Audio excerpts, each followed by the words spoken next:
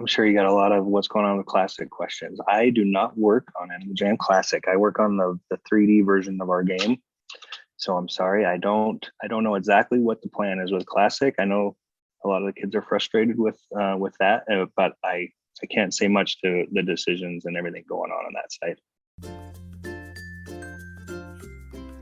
So we recently came back to work. So just a few months now. So we were all kind of confined at home for COVID, and what they've done now is they've said come Monday, Tuesday, Wednesday into the office, and then Thursday and Friday you can work from home. So it's like this hybrid model that we really like. So we come in and have our meetings, and so I'll wake up and get into work, and then we'll have like our stand-ups, what they call them. So we'll go into a room. I'll go in with the engineers, and those are like the programmers, and we'll talk about everything we're doing that day, and then I'll leave that meeting and I'll go to the Animal Jam stand up, which is like the kind of the leads, I guess, of Animal Jam. And we'll talk about everything we're kind of working on. And then we'll also like discuss like design stuff. That's a really fun meeting because we'll be like, all right, today, like, what if we did like, what do you guys think about this idea?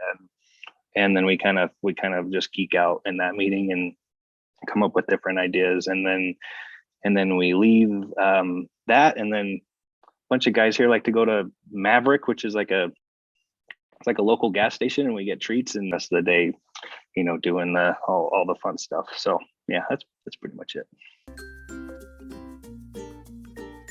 That's a good question. So like the Sapphire shop, so we for a while some of the people were like not some of the people, like, well, our product manager, he was saying, like we're looking at this game from like a new player's perspective. Like when you come in and you play the game as a new player, like it's kind of confusing. I go into the Sapphire store. This is the old Sapphire store, and I have no idea where anything is and everything. And so they kind of tasked me and the team with coming up with a better Sapphire shop. And so we were like, well, let's put signage and everything, so you make it really clear where they are, and maybe we do this big long hallway and figure out I don't know, like all these different things that we can do to make it better. And so what you see, and I know a lot of the kids were kind of like shocked by how different it is, right? Because it is very different. But the whole key behind this idea was, all right, we got to make it easier for the new kids and the new players that come in to see. They know exactly where they're going, and so there's like a design revision. So it's about a few days of me and the team kind of going in and being like, well, what if we did it? What if we did it circular? What if we did a big long hallway? What if we did all these different things? And then we kind of come up with what we want. The reason we ended up with what we did is because it was like, I know some players don't like the circular Mokuahi camera, to keep kind of everything in one small area, And there's another thing, is like the outside of the Sapphire shop's round, and it was weird to have kind of like this hallway feel. So like we all wanted to make it look kind of round, So that's what we came up with. It probably takes so then I take this little idea and I go to the modeler and I say, all right, what do you think about doing this? And so I give it to this guy named Christopher, who's very awesome, and he built up the Sapphire shop and made it really pretty over just a few days.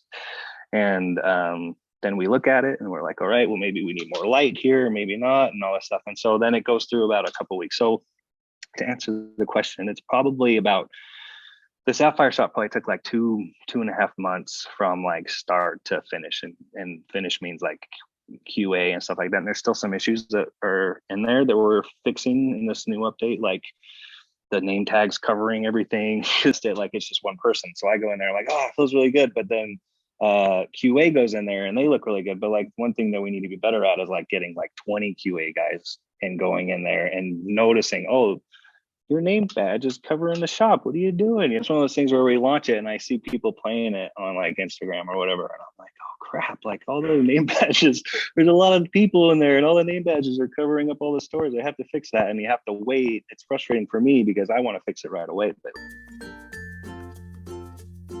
most of the reasons for these are like, they look like another animal and we're trying to do like different shapes. So like when we look at like adding any animal, we kind of look at like the silhouette, because sometimes they're just kind of a big blob, like they're really cute or something, but if you look at the silhouette, you're like, that's not the most beautiful looking thing. But like So that's kind of like the lioness, for example. Like the cougar kind of looks like a little bit like a lioness, you know. But like these are the things that we're starting to need to do. We've done so many animals that we're kind of going into like the backlog of these type of ideas, right? So when Yeah. I actually think that sounds really cool. So there's a chance, especially after this the next few months, because like it's hard because we have them kind of slated, and I know everyone kind of getting sick of the domesticated ones, so we're gonna stop those. As you mentioned, will be part of the new batch. Well, I've been here for 13 years, so I started as an animator. My dad made video games. Like I'm really lucky because with the year I was born, my dad started a gaming company called Access Software, and they made golf games, like sports games. So I kind of grew up wanting to be like my dad, you know. I wanted to make games and stuff, and so I went to college for animation because I wanted to do like the Disney stuff, the Pixar stuff, you know. And but I wanted to do it for games, and so I came into work in 2008, and we hadn't even started Animal Jam. We were working on like Snoopy Flying Ace, which is an old Xbox game. It's really fun, but they started talking about this Animal Jam game, and it was 2D, and I was very comfortable with I'm very comfortable with 3D art. Like I don't consider myself like a really good artist, and so I was like, that's not gonna be good for me. So like I chose to work on the flying games, that other games that never got made that were 3D, while everyone started on this Animal Jam game, this new game called Animal Jam, and it was a flash game and everything, and so I missed out on all that fun. I missed out on all the good stuff from the real Animal Jam game, you know, that everyone loves so much. And then the opportunity came to do a 3D version of Animal Jam. So that's where I kind of jumped right. It was right there. Like, I'll do it. I want to do it. I want to do it. And so it slowly became, I was a UI guy. And then I was kind of like, I started doing more design and more like user experience type stuff. And then I kind of climbed up to like the lead designer. Not really the lead designer, but I'm like the guy that like takes the team's ideas and puts them, like, gets them made, you know. Man, there's so much stuff I want to tell you and everything, but like I don't want to ruin the surprise, but let's just say that question does come up a lot, and there's something of that nature coming. It's not oceans. Oceans is a little hard because just with 3D and right, because we love the idea of bringing a bunch of ocean animals, you know. And I'm not saying we're not going to do it ever. It's just we're still trying to work through how that would really work, and go from there. But there's other things that are coming down the pipe that are pretty exciting that aren't oceans. Something like this is really the best job in the world, because I get to come in and I get to sit down with really creative people that are really smart, and like we just get to like what are we gonna do in October. So like right now we're talking about like Night of the Phantoms, and what are we gonna do for Night of the Phantoms, like, you know, like it's really fun because I don't feel like any other job would be like you come in and sit there and brainstorm with a bunch of friends about something you want to do for a game, and you got all these players that are really excited, and then you just go build it and make it, and then it's really fun to see your ideas come to reality. I brought it up a few times, but a couple years ago we did the Phantom Dimension during Night of the Phantoms, where the Phantoms broke out of Cammy's tent, and then and then they started like making like stuff, like ruining things and putting purple goo all over the place, and like then this like phantom portal started to build, right? So like we got to come up with all that and then watch it all kind of all the players kind of react to it, you know. And then the big idea when it like came, like busted open and all the players go in there, and you know, now the Phantom Dimension is a little dated, so we need to put a little more effort into that and make it a little more new and fresh. I think that might be coming, you know, eventually. But like it's a really fun job because you get to just come up and just be creative, and then watching the players react to all the fun stuff is really, really rewarding. Yeah, I think there's always been there's a real want from the team to add stuff that's more story and lore driven. Yeah. Whether that manifests as like as adventures did, but we feel like we can do better than adventures. Like feel like we can make it more exciting. But we're not, I don't think it would come out exactly as adventures. There were like some problems with adventures as far as like the design behind them and trying to figure out exactly how to maximize that without having to put so much work into one thing. We want to be able to do a lot of work, but also make the feature like extend out forever, so they can be replayed over and over again and still be really fun, like that kind of stuff. But we want to try to do it the way that's better than the original classic adventures.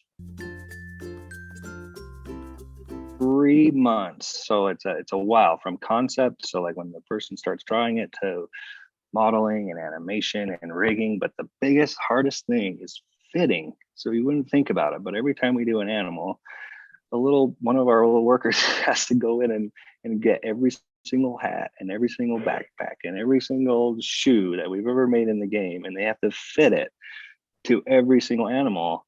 And then but not only that, but like let's say we add like a backpack, they have to go add that backpack to all the older animals. The older this game gets, the more almost like the harder it is. Not harder, but it just takes a little longer. Every single time we add an animal, it takes a little longer to get it in because it's just a lot of things you wouldn't really think about we have to do. But yeah, and going back to the domesticated thing, like we spent like years and years going through like the player feedback. Like we have those little purple question marks, and people go in there and they say, and like you'd be surprised at how many of those were like domesticated animals. We want golden retriever, we want all this stuff. And so we're like, oh, we got to do this. And so this year we're like, we're gonna finally give the players what they want.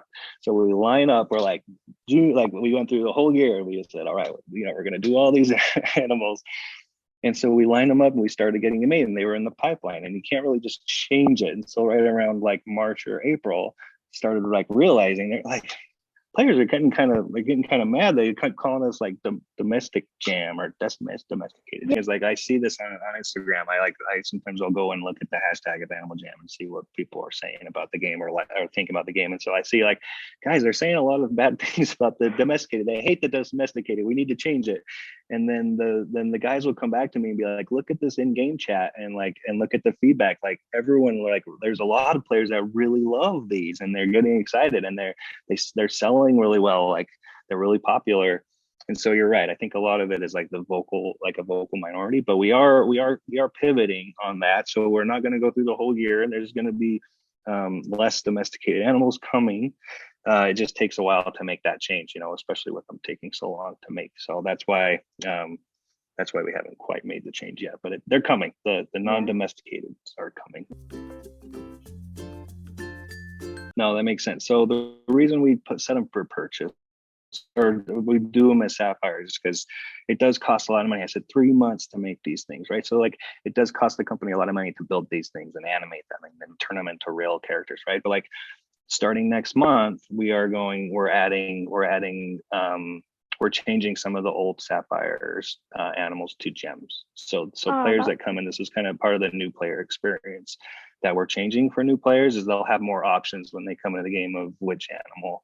And then current players that don't want to spend Sapphires will have more options to buy a few more of the animals for gems. I won't tell you which ones they are because that'll be a little surprise, but yeah, they're definitely coming in this next update. Just thank you for always it's fun working on a kid's game, because like I'll go in there and I'll do like the user interface, or I'll make the UI and I'll make a feature, and like it won't look the prettiest, it won't sometimes it's buggy and everything, but like the Animal Jam players for some reason are always really like generous, and they don't get that mad about stupid bugs. They almost like the bugs. And then and as a developer, someone that's puts their heart and soul into this, when you see a player like the feature for what it is and not nitpick on small issues or bugs and just kind of just be happy, it feels like everyone's just always really happy. And if I was making like an MMO or like I guess this sort of is an MMO, but like if it like a World of Warcraft or whatever, I think those players are a little more picky about this kind of stuff. But the Animal Jam players, they just love it. And like when they find some bug where like you go to the corner of Jamal and you can see like the edges of Jamal, like, oh my gosh, I found a secret area. Like that doesn't happen in other games, So like I love that. And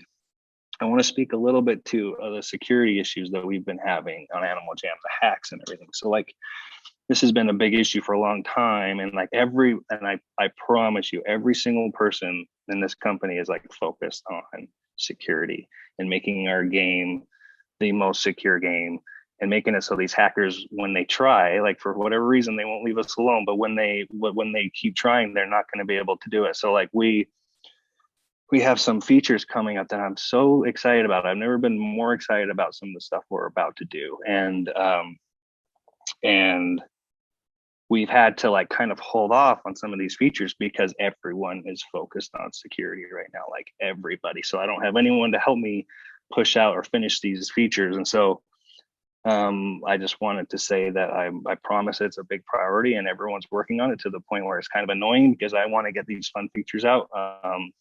But these features are so cool that we need the game to be really secure. So that's kind of what we're working on. And I will say, just like keep your eye on Appendale the next few months.